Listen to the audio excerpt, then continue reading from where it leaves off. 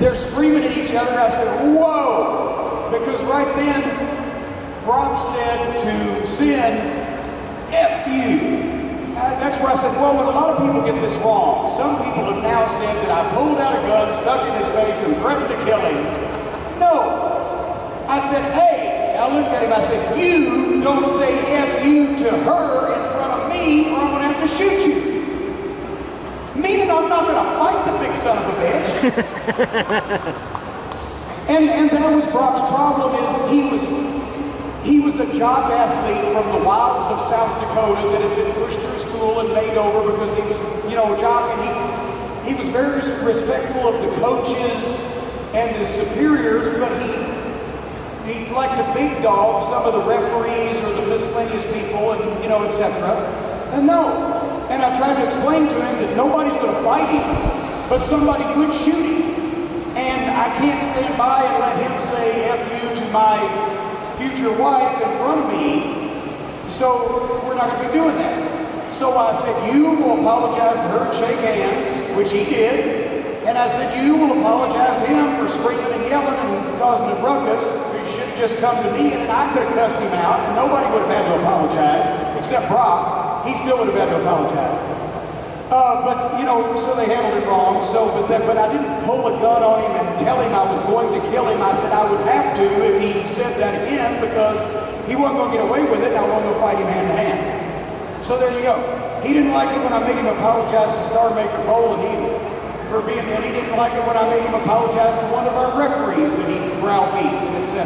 But I'm sorry, he was making 5 times what the other guys made. That to me, that meant I should see 5 times the effort. He was coasting, and he wasn't being part of the group. So I don't care who it is.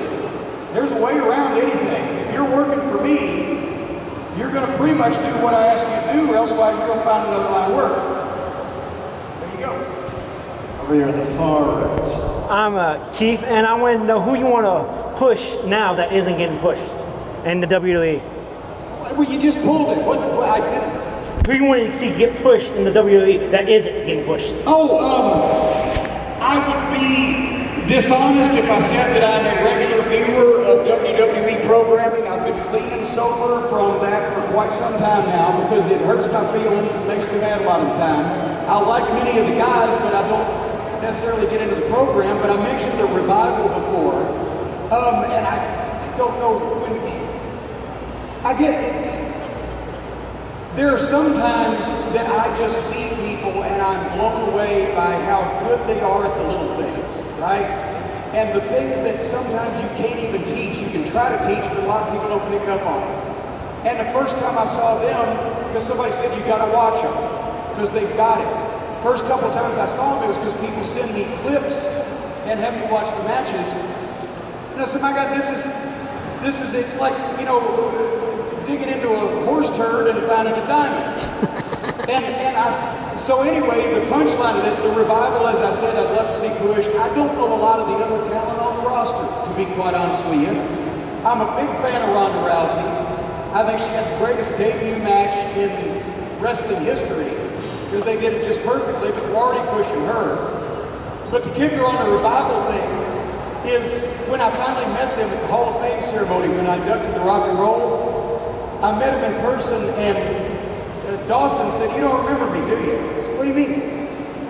I had seen him, he had a previous name, he had hair and no beard and another name.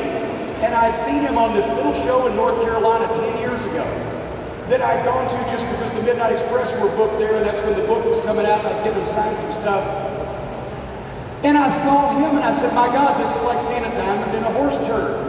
He knew the little things. It was like going to one of these independent shows in the Carolinas where nobody could scratch your ass with both hands, and seeing Barry Windham in the ring.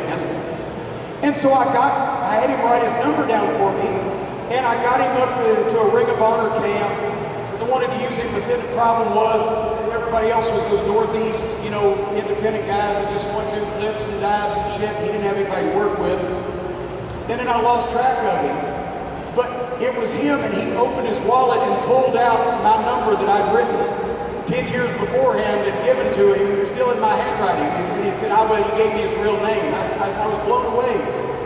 But sometimes when you see guys like that and it surprises you, you try to go out of your way to do something.